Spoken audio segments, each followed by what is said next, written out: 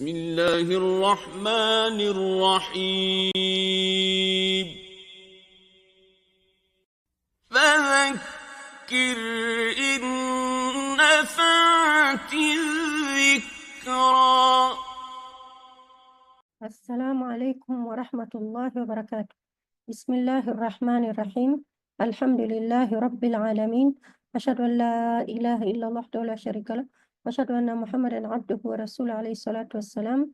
Amma baad, ninawakaribisha katika channel ya Fadhakir ambapo leo hii tutazungumzia kuhusu basmala na hukumu zake.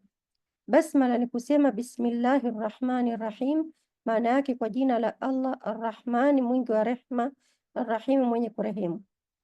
Kama tujuavyo kwamba katika Qur'an kuna sura 114 na kila sura inaanza na basmala, yani na bismillahi, isipokuwa surati ya Tauba haianzi kwa basmala.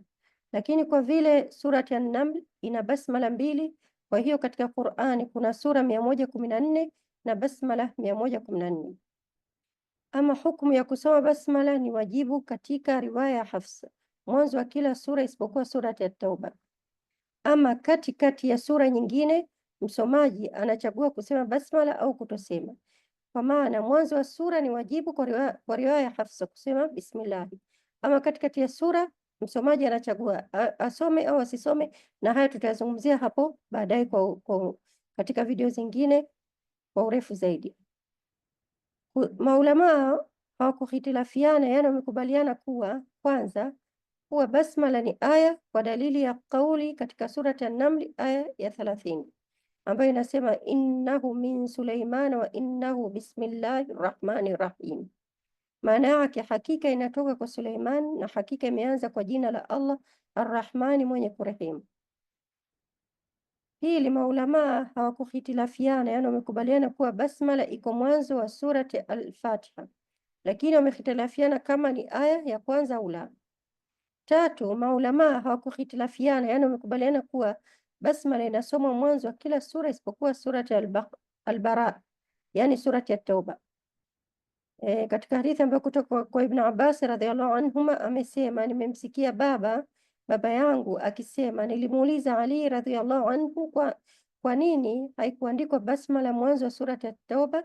Akasema kwa sababu basmala yani bismillah ni amani, na surati al-Bara yani surati Tauba sio ya amani, kwa sababu imeteremshwa kwa upanga, kwa maana kutoa amri ya kupigana na washirikina, na hazilingani kati ya amani na kupigana. Imetolewa na Al-Hakim.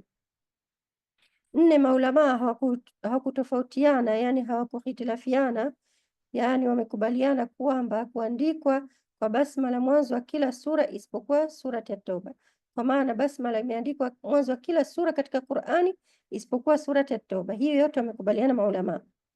5, maulama hawakuhitilafiana, yani wamekubaliana yaliyothibitishwa katika hadithi sahihi kwamba Mtume sallallahu alaihi wasallam alikuwa hajui kuwa sura hii imeshamalizika kuteremshwa mpaka inapoteremsha basmala, yani bismillahir rahmanir rahim. Kwa maana alikuwa Mtume sallallahu alaihi wasallam hajui kama hii sura imekwisha kuteremshwa kwake mpaka iteremshe basmala, ndio anajua kuwa hii sura imeteremshwa, inaanza sura nyingine mpya.